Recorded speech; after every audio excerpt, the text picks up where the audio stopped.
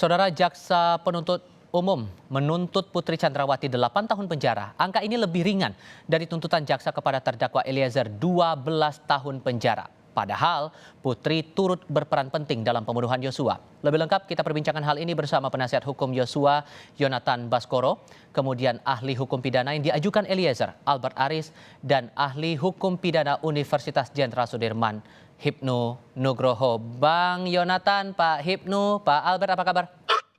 Baik, Mas Tiva, Pak Terima Albert. kasih sudah bergabung bersama kami semuanya. Pak Ibnu. Pak Albert, Eliezer dituntut 12 tahun, sementara Putri Chandrawati 8 tahun. Komentar Anda? Ya, tanpa mengurangi independensi dan kemerdekaan penuntutan yang dimiliki oleh Kejaksaan Agung dalam hal ini, kita publik melihat adanya kekecewaan. Kekecewaan itu muncul ketika seorang justice kolaborator itu dituntut ternyata lebih berat daripada terdakwa yang lainnya. Padahal penjelasan pasal 10A Undang-Undang 31 tahun 2012 menyatakan bahwa saksi pelaku dalam hal ini Richard Eliezer selaku justice collaborator itu berhak mendapatkan keringanan penjatuhan pidana. Kita tahu memang hakim tidak terpaku dan tidak terikat pada tuntutan. Hakim itu hanya terikat pada dakwaan. Akan tetapi setidak-tidaknya kita melihat sore hari ini ada disparitas penuntutan antara pelaku penyertaan yang lainnya. Ada yang seumur hidup, ada yang 8 tahun 2 orang, dan yang lain ternyata justice kolaborator justru malah dituntut 12 tahun penjara. Nah inilah kan publik sendiri yang memberikan penilaian apakah ada sisi keadilan dari rekusitor yang diajukan oleh Jaksa Penuntut Umum. Sekali lagi tanpa mengurangi rasa hormat kepada independensi dari Jaksa Penuntut Umum dalam hal ini. Terima kasih. Oke, kalau Bang Yonatan melihat ini, tadi keluarga juga merasa bahwa tidak adil kenapa Putri Chandrawati hanya dituntut 8 tahun dan ternyata fakta kemudian yang muncul adalah Eliezer 12 tahun. Komentar Anda? Ya tentu keluarga tidak akan pernah bisa menerima ya. Yang saya mau ingatkan terlebih dahulu, apapun hukumannya, apapun tuntutan dan hukumannya itu tidak akan pernah setimpal dengan apa yang dirasakan oleh almarhum. Itu dulu yang kita pegang yang pertama. Kemudian yang kedua, apalagi ketika tuntutan dan mudah-mudahan nanti vonis hakim itu sesuai ya. Jika tidak maksimal, tentu semakin memberikan kekecewaan yang mendalam bagi keluarga dan tentunya kepada masyarakat. Tadi sudah disampaikan oleh Mas Albert bahwasannya ini bagaimana kemanfaatan hukum ini bisa didapatkan ketika seorang Richard Eliezer sebagai justice kolaborator yang telah memberanikan dirinya untuk membuka tabir ini, karena saya melihat jika tidak ada Richard ini, justru ini semua bisa jadi tidak terbongkar dan bahkan para terdakwa ini bebas begitu. Sehingga seharusnya selayaknya adalah memang hukumannya di bawah daripada terdakwa-terdakwa yang lain. Justru ini berbanding terbalik. Jadi ke depannya lebih baik para pembunuh-pembunuh itu tutup mulut dan diam saja. Karena toh kalau ngaku dan jujur membuka tabir, itu justru hukumannya bisa lebih berat begitu. Jadi lebih baik diam saja. Kan gawat untuk kemanfaatan hukum kita ke depan. Saya rasa demikian, Mas. Bang Martin juga sempat menyampaikan itu kepada kami di Pengadilan Negeri Jakarta Selatan. Nah, Pak Ibnu, akhirnya muncul pertanyaan. Sambo dituntut seumur hidup. Kemudian Richard Eliezer 12 tahun, Putri Chandrawati 8 tahun. Sebetulnya kalkulasi untuk menuntut ini dari pihak jaksa gimana sebetulnya, Pak? Ya, terima kasih. Ini logika publik jungkir balik semua ini. Melihat angka yang dituntut oleh penuntut umum. Tapi saya melihat begini, Pak, mencoba memahami alur pikiran penuntut umum. Kalau Chandrawati Putri dimungkinkan sekarang berkembang adanya aliran gender. Nah, bentuk sikap gender itu adalah sebagai bentuk pertanggungjawaban antara laki-laki dan perempuan. Laki-laki dan perempuan sama, tapi dalam hal tertentu berbeda. Ini yang juga mungkin dikembangkan. Ini prediksi saya loh ya melihatnya. Karena apa? Terlihat bahwa HPC sama. Harusnya logikanya, kalau kita berbicara logika, HP lebih tinggi. Kan itu. Kan ibaratnya 11-12 dengan suaminya, F kan itu. Tapi ternyata tidak. Nah, dalam kajian-kajian tertentu yang saya pernah baca, itu aliran gender ketika berhadapan perempuan, makanya istilahnya kalau undang-undang yang kekerasan seksual itu mungkin Bang Albert bisa lakukan adalah perempuan berhadapan dengan hukum. Istilahnya seperti itu. Artinya apa? Konsep perempuan itu mendapatkan tanda petik posisi tersendiri dibanding laki-laki. Itu kalau kita lihat mencoba arahnya. Kemudian yang kedua terkait dengan perhitungan Eliezer. Eliezer 12 tahun. Ya, ini memang dalam kedudukan perhitungan tidak ada suatu kejelasan. Basicnya di mana? Apakah terkait perhitungan peringankan itu dari aktor intelektual? Apakah peserta? Ini merupakan tafsir. Kalau kita lihat dalam suatu unsur undang-undang, itu adalah yang paling ringan di antaranya.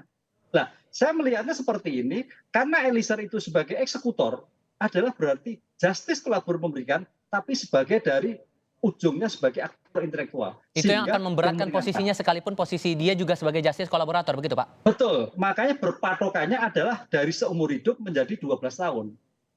Itu mencoba membaca alur pemikiran dari penuntut umum saya seperti itu. Jadi bukan dari pesertanya, tapi dari FS sebagai seumur hidup sehingga menjadi 12 tahun.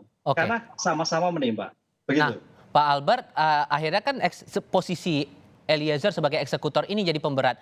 Akhirnya kan muncul pertanyaan di publik, sia-sia dong kalau begitu dengan statusnya sebagai justice kolaborator.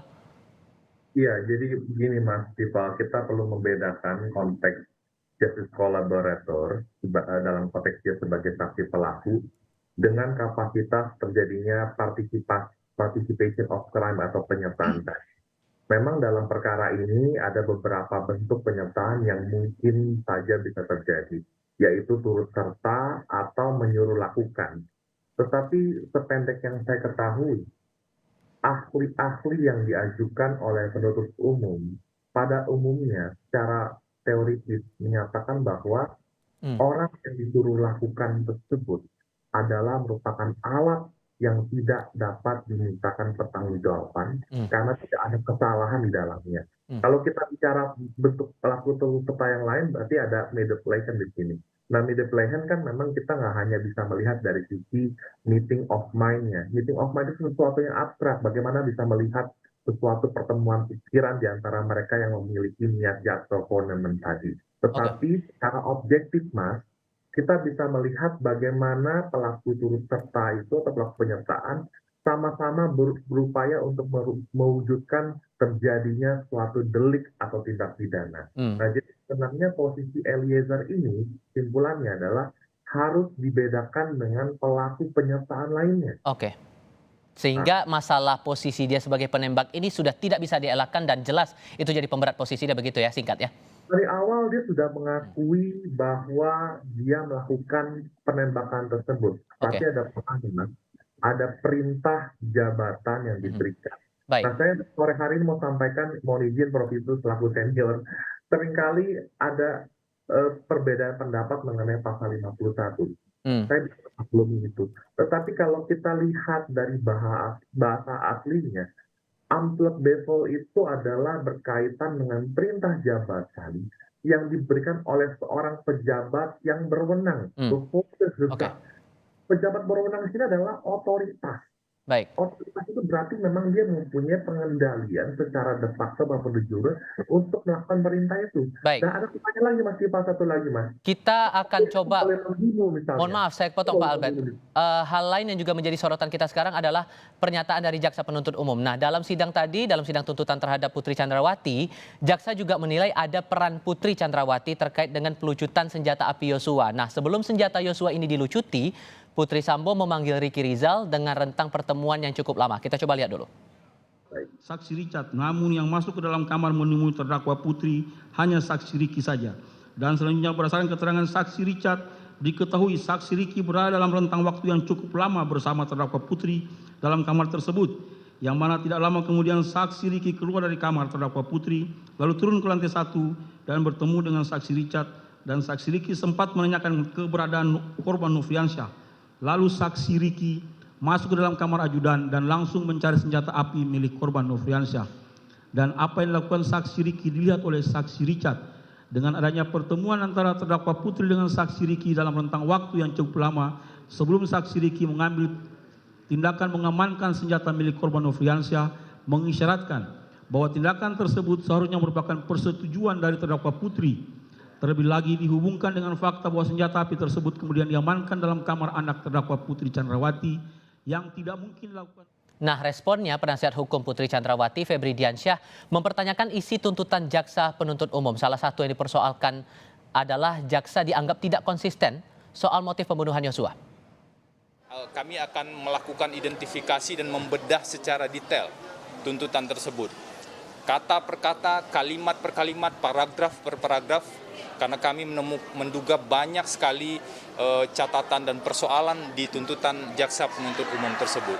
Beberapa yang bisa kami sampaikan saat ini misalnya, apalagi kalau dikaitkan dengan tuntutan terhadap terdakwa yang lain, sangat terlihat jaksa penuntut umum tidak konsisten dan galau dengan aspek motif terkait dengan terjadinya tindak pidana. Di terdakwa lain disebut seolah-olah ada motif, di terdakwa yang lain lagi dikatakan motif tidak perlu, tetapi di Bu Putri tadi kita sama-sama mendengar bagaimana posisi jaksa penuntut umum terkait dengan motif. Itu salah satu peran yang diangkat jaksa untuk terdakwa Putri Chandrawati nih Bang Jonathan. Komentar Anda? Kalau saya masih konsisten sampai sekarang, motif itu nggak penting. Jadi justru yang saya soroti adalah ketika jaksa penuntut umum menyampaikan uraiannya berdasarkan kepada dakwaannya sebelum masuk ke kesimpulan meskipun sudah disampaikan ya, adalah menyatakan sudah terbukti secara sah dan meyakinkan, entah itu turut serta uraian keterlibatannya yang mulai dari Magelang melucuti senjata, mempermulus atau mempermudah terjadinya eksekusi terhadap Yosua, terhadap kronologis yang disampaikan, di mana sah dan meyakinkan terbukti 340-nya. Mengapa saya bisa bertanya seperti itu? Karena jika sudah terbukti, kenapa ketika membacakan tuntutan hukuman itu jauh sekali dari 340? Inilah yang jadi pertanyaan besar. Kemudian yang sebagaimana peranan masing-masing terdakwa itu sudah sangat jelas. Bahkan saya mendukung apa yang disampaikan oleh jaksa itu tidak perlu dikomentari karena sudah begitu detail, cermat begitu ya. Namun ternyata ketidakberimbangan ini terjadi di dalam jaksa menyampaikan tuntutan hukumannya terbukti yang sebagaimana perannya Putri Chandrawati sedemikian besar andilnya di situ, tetapi hanya 8 tahun. Justru Richard yang sudah mengakui oke lah terlepas dari apapun itu andilnya. Namun tadi sudah dijelaskan oleh Mas Aris bahwasannya memang konteks justice kolaborator di sini adalah yang berbeda begitu. Sehingga harusnya dilihat dari perspektif yang lain. Dalam hal ini saya mencoba objektif, tidak berpihak kepada salah satu terdakwa. Tetapi kalau Richard segitu hukumannya, harusnya Putri ini lebih tinggi daripada Richard, Mas. Oke, kalau Prof. Hipnu melihat ini perannya Putri Chandrawati sudah semakin jelas atau masih kabur nih posisinya?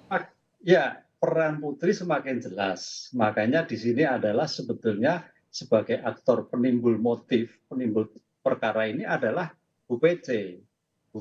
Karena si FS itu sebetulnya yang melaksanakan aja, mendapatkan informasi yang mungkin salah terhadap seperti itu.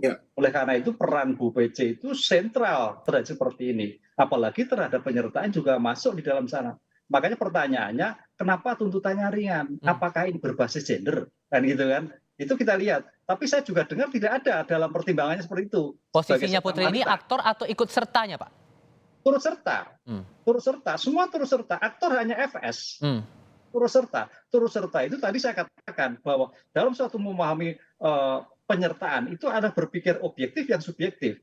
Objektif terhadap meeting of mind tadi betul, tapi ditafsirkan perannya itu seperti apa dari masing-masing itu. Karena peran tadi sudah dijelaskan kemarin oleh ahli psikologi forensik. Oh, orangnya pinter, orangnya cerdas, orangnya bekerja sama, oh kuat tidak mampu begini, oh kuat pengetahuannya lemah dan sebagainya. Disitulah yang menjadikan kecerdasan untuk melakukan suatu tindak pidana ini. Sehingga masing-masing tiga itu harusnya berbeda-beda, tidak sama. Begitu loh Mas Dimas.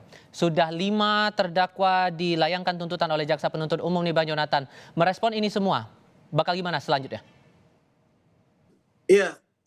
Tadi terakhir ketika dibacakan tuntutan terhadap PC, saya matikan semua media televisi saya karena saya sudah malas ngelihatnya. Tetapi ya kita hargai dan kita hormati proses hukum dan kita juga harus tetap membela hak-hak almarhum ya. Sehingga dalam hal ini kami sudah bersepakat masih menaruh optimisme kepada majelis hakim dalam memutus perkara ini. Karena memang tidak terikat putusan majelis hakim terhadap tuntutan yang disampaikan oleh jaksa penuntut umum. Saya rasa demikian, Mas. Baik, kita akan lihat untuk pekan depan apa saja pembelaan yang bakal disampaikan oleh kelima terdakwa dalam sidang pledoi nantinya. Bang Yonatan, terima kasih. Pak Hipnu, terima kasih. Pak Albert juga terima kasih sudah berdiskusi bersama kami di Kompas TV. Sehat selalu untuk Anda bertiga.